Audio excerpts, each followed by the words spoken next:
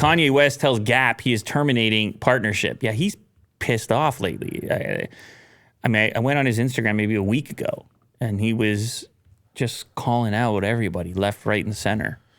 Adidas, Gap, anybody he's ever worked with. He keeps deleting his posts as well. Oh, okay. So we can't. This is the latest. Okay. Which is actually kind of cool. I don't know what's happening. Is there any description of what we're looking at? Right. That's fair. Okay. Well, it's a futuristic type thing going on there. But he has deleted all the posts, which could get him sued. Maybe one too many lawsuits came through there. Maybe he just changed his mind. I know he had the post when the Queen died. He said no more beef. End all beefs. End all beefs. But he says the retailer hasn't opened promised stores and was too slow to make items available at brick and mortar locations. Mm-hmm. So he's not happy with the rollout of his gear at the stores.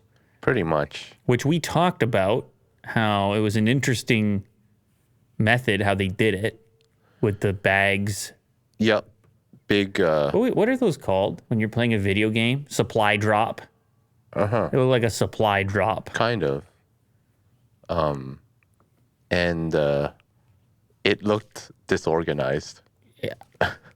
And apparently it was the way he wanted it. Gap employees had captioned on some of those posts they didn't think it was the best plan, but apparently that's what Kanye had requested. I don't know, obviously. Kanye West formally notified Gap Inc. that he is terminating their partnership with the apparel chain, moving to sever a relationship that was launched when? 2020? Yeah. Collection under the Yeezy Gap brand. The rapper and designer complained recently on social media about the arrangement and a similar deal he has with Adidas. Yeah, well, yeah, Yeezy's having partnerships with a variety of manufacturers. Yeah, I mean, the problem with Gap Yeezy is that they sell well. Anytime that there's new clothing that's launched, they sell out quick. Right. Well, that's the whole Yeezy thing. Mm-hmm. Supply and demand. Got to manage the supply and demand. Keep it hot. Yeah. Keep it rolling off the shelves. Get the lineups going. Which sucks because apparently the only thing that's holding him back is creative differences, which I feel like Gap should have just let him have full creative control. Well, let's be honest, Will. Let's be honest here. Trust in Kanye. Let's be honest here. Okay. Pretty wise decision. Let's be honest with each other here. Yeah, what's that? If you go to social media and start having a public beef with business partners, chances are it's not just creative differences that led you there. Right? There's plenty of business dealings that don't result in such things, that are satisfied and sorted out in other ways. The fact that he wanted to watch the whole thing burn down, just sever all of it, leads me to believe that there's maybe beyond creative, philosophical differences, approach to business, approach to product, and maybe his own impression has changed on these deals. Or maybe there's big portions of criteria that haven't been met or whatever, but also the fact that it's both that he's bothered by all at once. His two big, huge partnerships. So Gap, I got a creative problem with you. Adidas, I got a creative problem with you. At the same moment, he's posting executives and such from both companies. So there's probably more going on here than some sort of simple or small disagreement. I'd say it's more major than that. And there's going to be pretty significant legal implications, I would think, as well, Will. Yeah. Yeah, I thought the Gap one was kind of fun, to be honest. But look at the Nike situation was also ended in a blaze. Yeah. Right? Now you're knocking off a lot of big brands here that you've worked with, and then it went sour. You got Nike, Adidas, and Gap. I mean, I assume the Adidas thing is still going on. Shoes is more interesting because the Yeezy brand, there's one one step in apparel to get to like a t-shirt or a hoodie. There's another step in apparel when you start talking about Boost and shoe manufacturing. So you wonder if that partnership gets severed, what happens to the Yeezy brand of shoes and the product line and bringing those products to market. It's a little different with shoes, right? I think that I don't know. I think there's a small sense of confidence that comes from the fact that Adidas is somehow involved in the production of the product.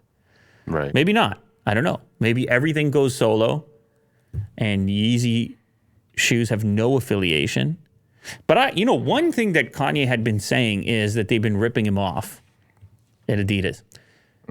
It is an interesting idea that here they have his designs and then so many, because of the popularity of the Yeezy brand, so many shoes in their lineup start to look like it. Didn't you notice that? Now, maybe it's other forces and who knows what their agreement stipulated on this front. But it started to feel like you would have Adidas shoes that weren't Yeezy branded. It started looking a lot like the Yeezy branded stuff. Call me crazy. I can't be the first one to have observed such things. I guess when you're the front runner of having such a dynamic, like solid style, there's going to be people or companies that, grab some sort of well, my thing is they're doing it in-house already. They have shared components, likely. I don't know to what degree the brand can run inside the brand before it becomes anti-competitive. Before you're sitting there saying, this is beyond inspiration, and now you're offering products that are directly competing with mine. It's already complicated because I want to sell shoes under your brand while you continue to sell shoes that aren't exactly like my shoes. See what I'm saying here? kind of like Beats and Apple, right? Something similar Well, no, because with headphones. because the Beats agreement, it was a full acquisition. That would be the equivalent of Adidas acquiring the Yeezy brand and then doing what they wanted with it, possibly keeping him on as an advisor. So this is more of like a collaboration. Yeah, this is a deal. Yeah. This is a deal that I'm going to design products to be manufactured by you. It's pretty complicated and interesting, and it's not completely crazy. Because I started to notice this. You just go to Adidas website. Never mind Yeezy. Take Yeezy out of your search term. Go to their website and start to see how you might feel. And look, it's a shoe silhouette. Yeah, just go to their website. And you can do what you can do with it, but you start to look and you spot influences. You feel like you spot influences. Maybe not all the time. But, I mean, this is all NMDs for whatever reason. They're just promoting NMDs, but... What do you want, Ultra Boost? Well, no, I guess you started to see a lot of shoes after the original Yeezys that would have laces but no structure to them. And I don't know what came first. Boost is kind of an example of it, but not exactly. But like even when he started putting out those more recent sneakers, like what are the ones that have like more trim and stuff on them? They're more elaborate.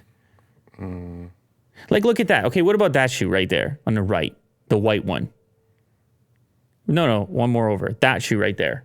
Okay, that's not a Yeezy shoe, but it's beige. Like, I don't know. Never mind beige. It's just the silhouette of it. I'm sure we could find a comparable. And he's getting nothing from this. But yet, if you only have $160 to spend, you're on Adidas website, and you're like, is this Yeezy enough? It's just, listen, I'm just trying to make a case here. My initial thing is, it would probably be kind of tough to work with Kanye based on what we've seen.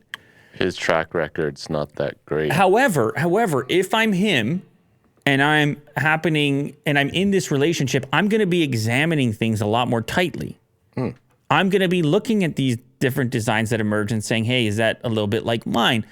And then I'm going to start thinking to myself, what really is this partnership? Now, granted, Will, and this is important. This is for Kanye. It might be when you have it happening in-house, it's extremely offensive. But ultimately,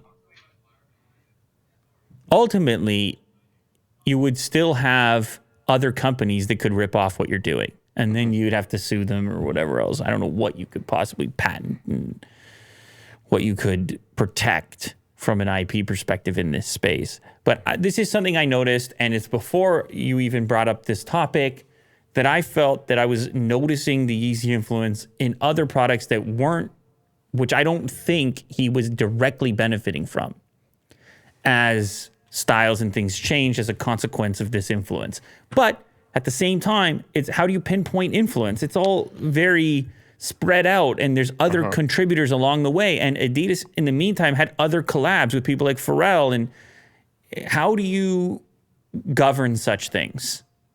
Very complicated. And maybe in the end, Kanye is better off just doing his own thing, releasing his own products, figure out a way to have even more autonomy. Because at some point, it seems this type of stuff is bothersome to him creatively, emotionally, and so forth.